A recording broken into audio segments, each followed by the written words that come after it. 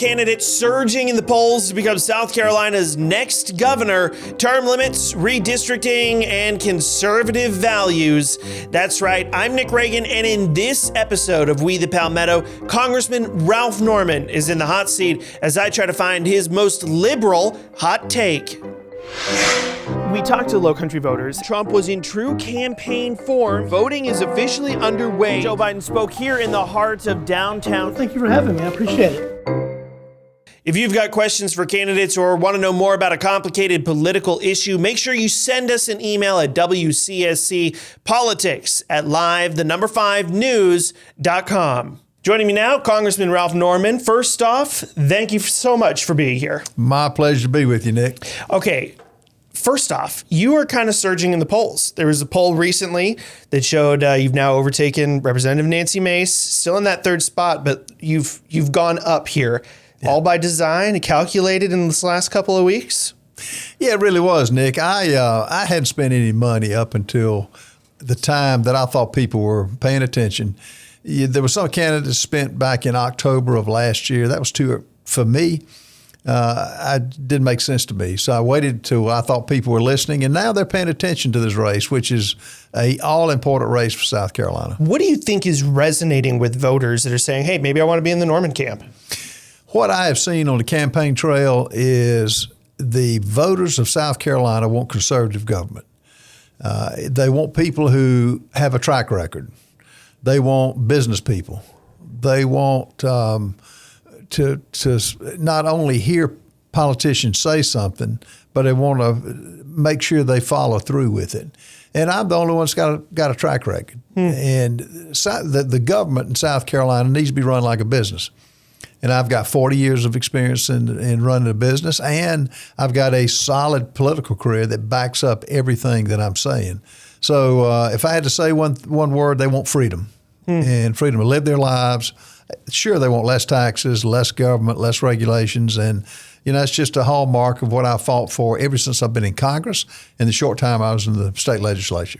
In one of the lighter moments of the last debate, Representative Mace had sort of implied that maybe you could be here lieutenant governor or car czar or road czar, I think was the term. But she had implied that maybe a Mace Norman ticket could happen. But looking at the most recent polls, could there possibly be a Norman Mace ticket? No. No, and I like Nancy. She's run a good campaign, and I told her it was a compliment for her to ask me on the air during the debate. And she has asked me when I'm on the floor at the House of Representatives. She said the same thing. And I said, Nancy, I'm either going home or I'm going to the mansion. One of the two. Fair enough. All right. Well, you are in Charleston for your Clean Up Columbia campaign tour stop here. I want to get into that, though, because that's been a main message that you want to clean up Columbia, get sort of the corruption out. First off, where is the corruption in Columbia, and who needs to be booted out? Well, let me give you an example. When I say corruption, waste, fraud, and abuse, in South Carolina, it's alive and well, just like it is in the federal government. And when I say that, the examples that I would use, the $1 billion that they found last year in the budget, and as quick as it appeared, it was spent. I would argue the giveaway to the motor company in South Carolina for an electric car company. I don't think they paid $1.3 billion for Scout Motors. And the next highest bidder was like $253 million. All that to say is that's an expenditure that is not what government should go to. I don't blame Scout Motors. They just out-traded the politicians that made that call. And I've done real estate for a long time. They made the budget was where they introduced Scout Motors was less than 14 days. If I close your house, or if I buy any type property, you have 45 days or longer to study it. That didn't happen in the General Assembly. That's a waste of money, and that'll stop with Ralph Norman. And particularly, the Scout Motors moved their headquarters to Charlotte. They moved their headquarters to Charlotte, and it's a giveaway. We don't have to give South Carolina away, and I will not give it away. I will drive a hard bargain for the taxpayers. And there's funding for gummy bear museums. There's funding for buildings on the PIC campuses. I want to put priorities in place. We've got the worst roads and bridges in the country just about. We rank F at every level with roads and bridges. We've got a outdated system that only 2 states have in the way we elect our judges. We let a bunch of trial lawyers elect the judges that they appear before. How is that different than letting Clemson and Carolina pick the referees? Yeah, I definitely want to talk more about that here in just a moment. But I want to go back, since we're talking about your plan to get rid of waste, fraud, and abuse.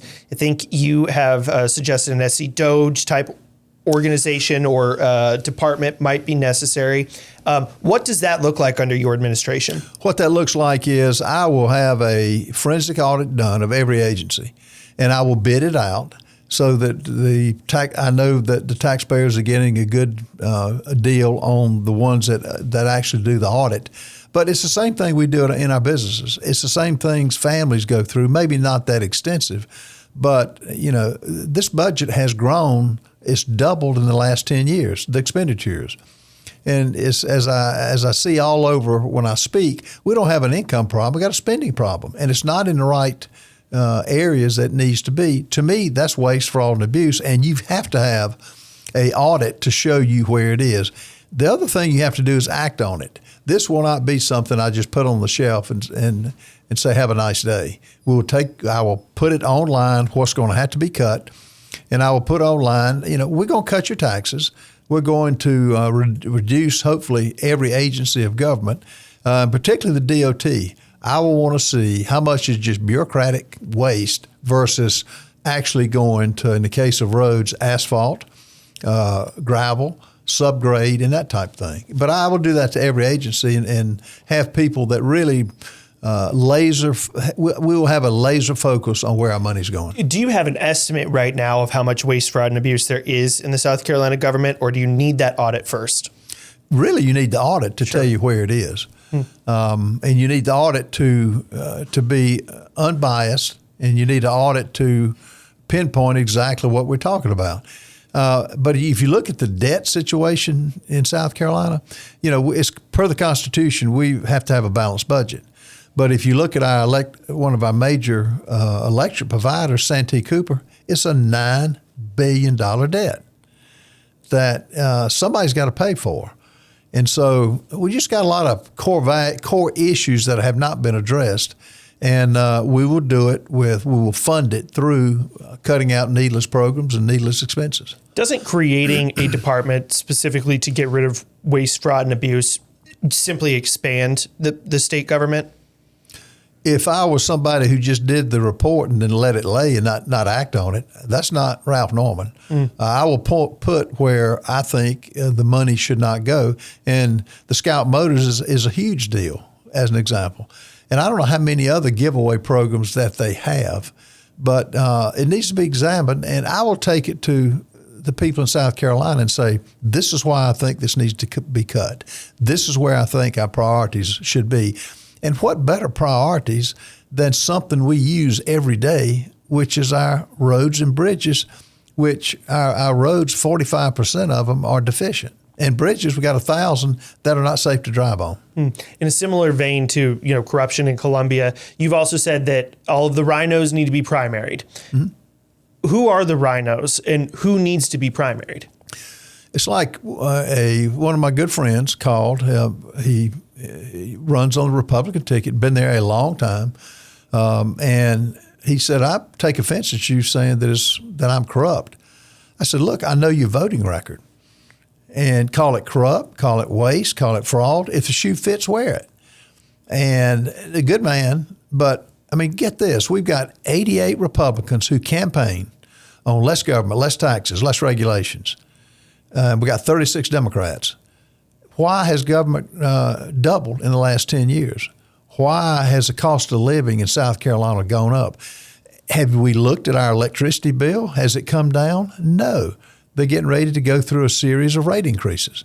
Look at your insurance premium, which is a result in many cases of frivolous lawsuits. Has your insurance premium gone down? Has your medical your medical costs gone down? No, the basics South Carolina is failing with. And I will say this too, uncontrolled growth is not something I will put up with. I will never just give away the taxpayers' money to a company that doesn't fit the heritage of this great state.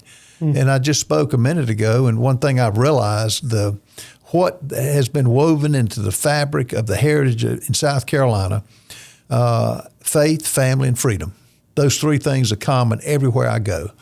And I want to expand that. And South Carolina is where California was years ago. Under conservative leadership, and in California's case, Ronald Reagan, it thrived. Look what it is today. I'm not letting South Carolina get that. You know, we are coming up on a primary. You obviously know that, but that also includes the state house. Are there Republicans in the state house that you would like to see lose their primary? And if there are, I mean, who are they? Here's what I would do. I would turn a new leaf. I'm not the governor yet. I will be in January. And I will start a new slate and saying, I want to work with you. I want you to approve term limits, which are 80-20. I want you to put priorities in place to fix our dilapidated roads and bridges.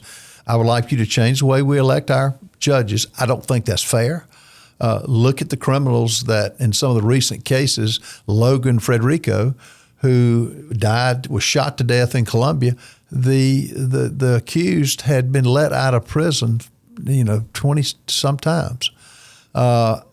With a conservative, supposedly conservative House, you ought to be able to nominate conservative judges. That's not taking place. So I want to change the way we elect our judges. I think we, the people, ought to elect them.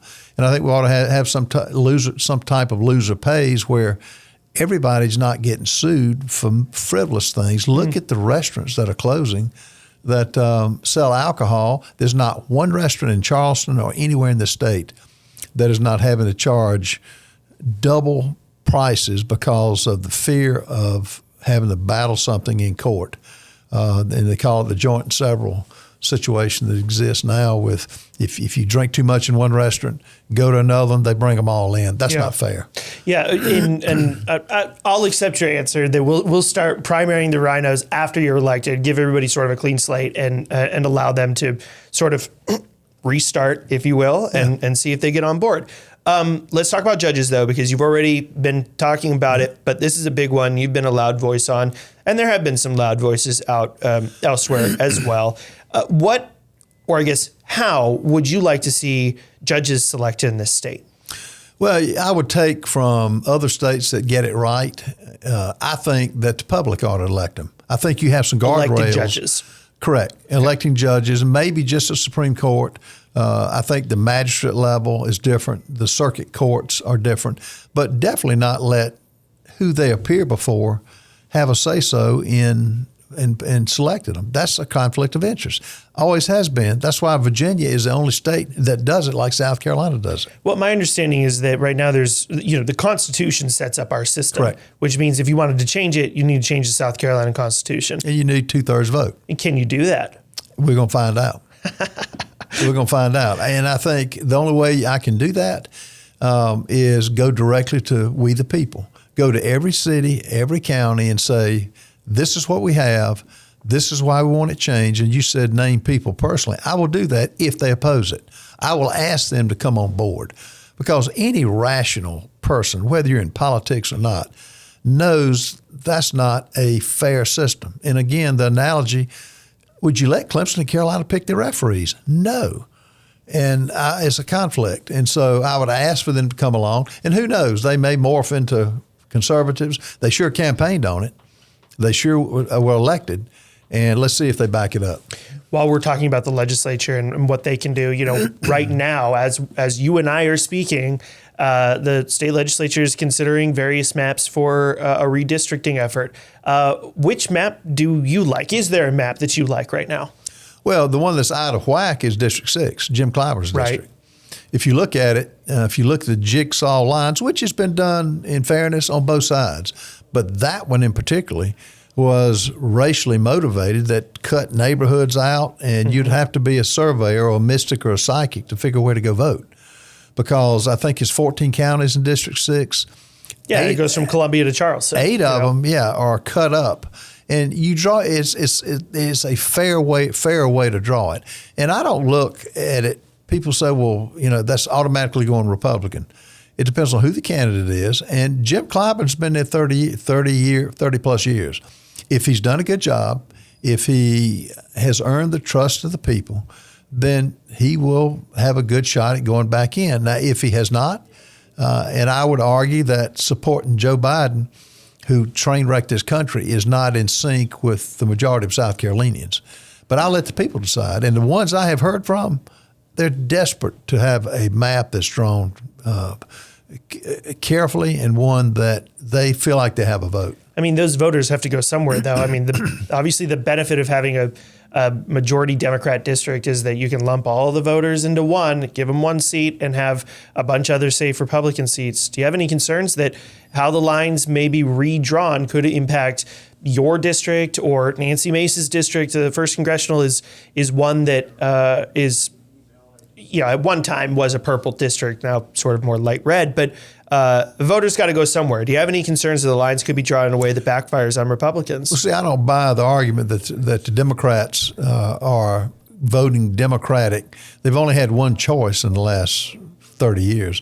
But we're all South Carolinians. We're all Americans. I would make the argument that more people now that once identified as Democrats do not like the choices that they're given, because look at the Democrat Party now.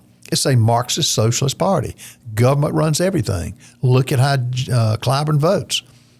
He was responsible for Joe Biden coming into office, but he's voted for every spending bill, every big government bill known to man. And I don't think that's right. And I think it affects my 5th district. I gladly will accept those people and make the argument, and my successor will make the argument that this is why this needs to be done. This is my platform. You pick from whoever the Democrat nominee is. You make that call. It's called being a republic, and it's called a democracy. I have a lot of problems with how the conversation is spoken about on both sides of the aisle with this, because, it seems like we rationalize our rationale based on what we're looking at specifically. Right. So Republicans have long looked at the Northeast, New England, and said, there's not a single Republican from those districts. And half of them voted for Trump, if you look at the popular vote. But then if we move down here to South Carolina, same thing, 40-some% voted for Biden, 60%. But we want all of the congressional districts to be Republican. Doesn't that just mean that 40% of the people don't have a voice in Congress from South Carolina? No, people have a choice. And I would argue that now it's polarized because the Republican Party stands for less government, less taxes. They want a conservative state. They don't want a New Jersey.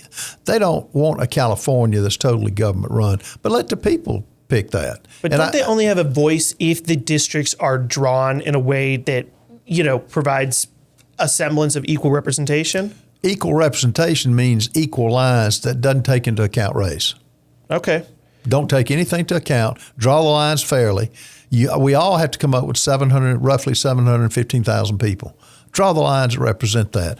The 5th district's going to have to take their portion. I think it's 4 of the congressional districts will be affected. 2nd district will be affected. 3rd district will be affected. How is that a bad thing? One of the key components of your race, in fact, you put it in all of your, I think it might be part of your campaign signs, and certainly in all of your press release emails, term limits. I mean, a big, loud voice on term limits. And I think it's becoming a more popular platform. But I want to know specifically, what is your term limit policy? What do you want to see? Well, first of all, term limits, this country wasn't built on people going to office and living off the taxpayers. It just weren't. It wasn't. It was built on people initially when the Constitution was formed, the country was formed, people serving for a while and coming home. And I would argue now more than ever, you need to get these career politicians back home and let them live under some of these laws that they vote for. And what's the magic years? Is it 6 years? Is it 8 years for House members? I'll let the people decide that. But we're going to come up with a plan that gives people a limited amount of time, and then come home. If they want to seek another office, fine.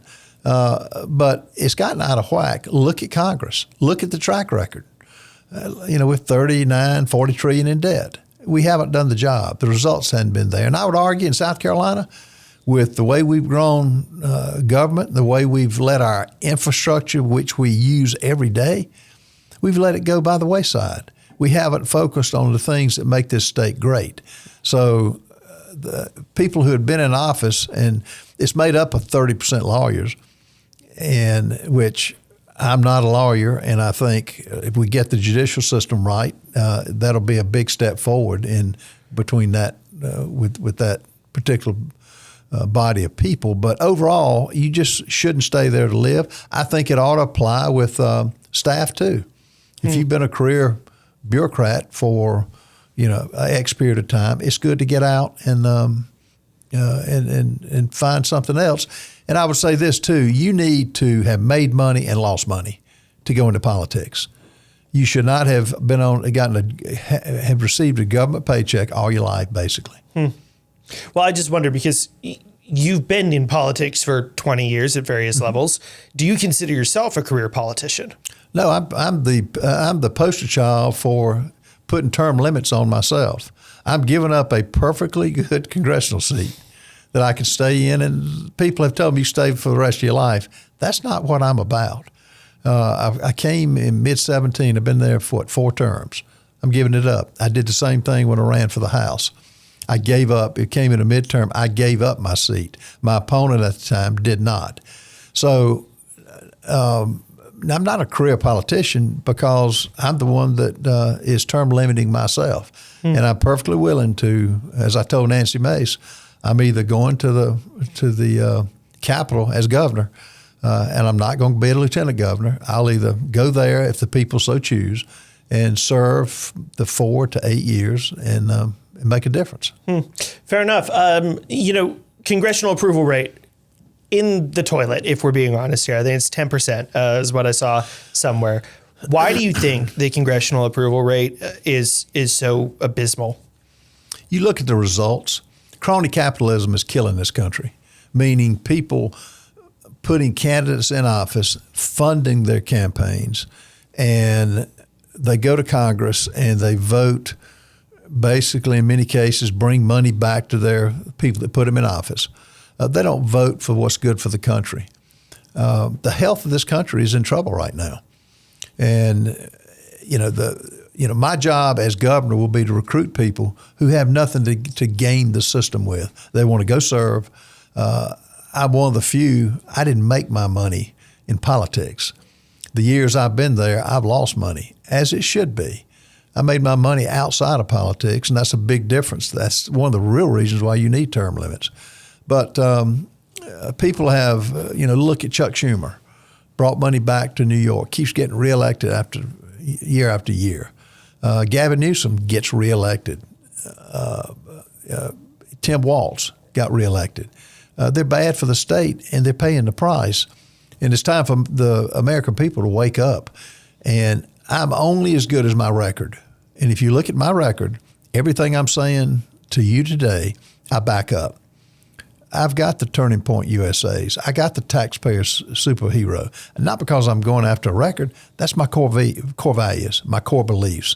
And what we've allowed is people to say one thing under the Republican banner and go up there and do opposite. Yeah, I think you won an award or something at one point that you were the most conservative member of Congress for one of those years that you were, or one of those terms you were up there. Yeah, Charlie Kirk, Turning Point USA, Heritage Foundation, Club for Growth, all of them. Yeah. But at the time, for people to come home, as in South Carolina is a poster child for this, to claim all these conservatism banners, it's just not right. It doesn't. The record doesn't show it.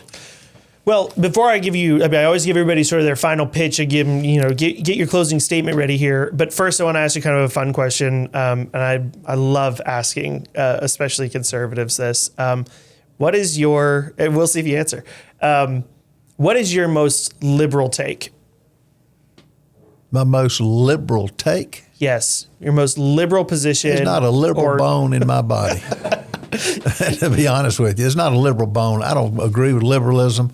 I'm tight with my money. I'm a conservative with my views. I'm conservative. So I don't qualify for any liberal strain in my body other than, do I give my children a lot? Yes, I would. I'm liberal with my children and grandchildren, which I'm proud of because they know how to use it, and we've taught conservatism to them. All right. Well, there you go. I mean, that's an excellent way to handle that question in particular. All right. Well, let's wrap this up here. Give us your final statement. Why should folks get on the Norman bandwagon? The reason people ought to get on the bandwagon with me, I'm the only candidate in this race, only one, that has got a solid conservative record. The years I've been in politics, I'm the only one that's got a proven business record, 40 years. I'm the only one who has the courage to step out and do the right thing when it comes with their money. No one else talked about redistricting when I did. No one else talked about term limits as I have. No one else, and they've had time to do it because they've held office, but all of a sudden now they're going to do all these great things. And my question is, would you, the next 8 years, you're electing the CEO for the state. You can't fire them, you can't divorce them, and it's got to be somebody who's going to practice what he preaches and is going to keep this state the greatest state that in the union. And I would say the common thread that I will promote is faith, family, and freedom. That's what I provide. None of the others, they say it, but they will not do it. Ralph Norman will do it. All right, Congressman Norman, thanks for coming in, and we look forward to seeing you on the next debate stage as well. My pleasure. Thank you. Next week, we'll have a couple of different episodes for candidates in various important races, including our first Democratic candidate for governor, as well as a couple more options for SC01. Make sure you subscribe to We The Palmetto podcast anywhere you get your pods so you don't miss any of those episodes. You can also watch all of the video versions on the Live 5 streaming service on apps like Roku and Fire TV. That's going to be it for this one. Thanks for joining me, and we will see you next week.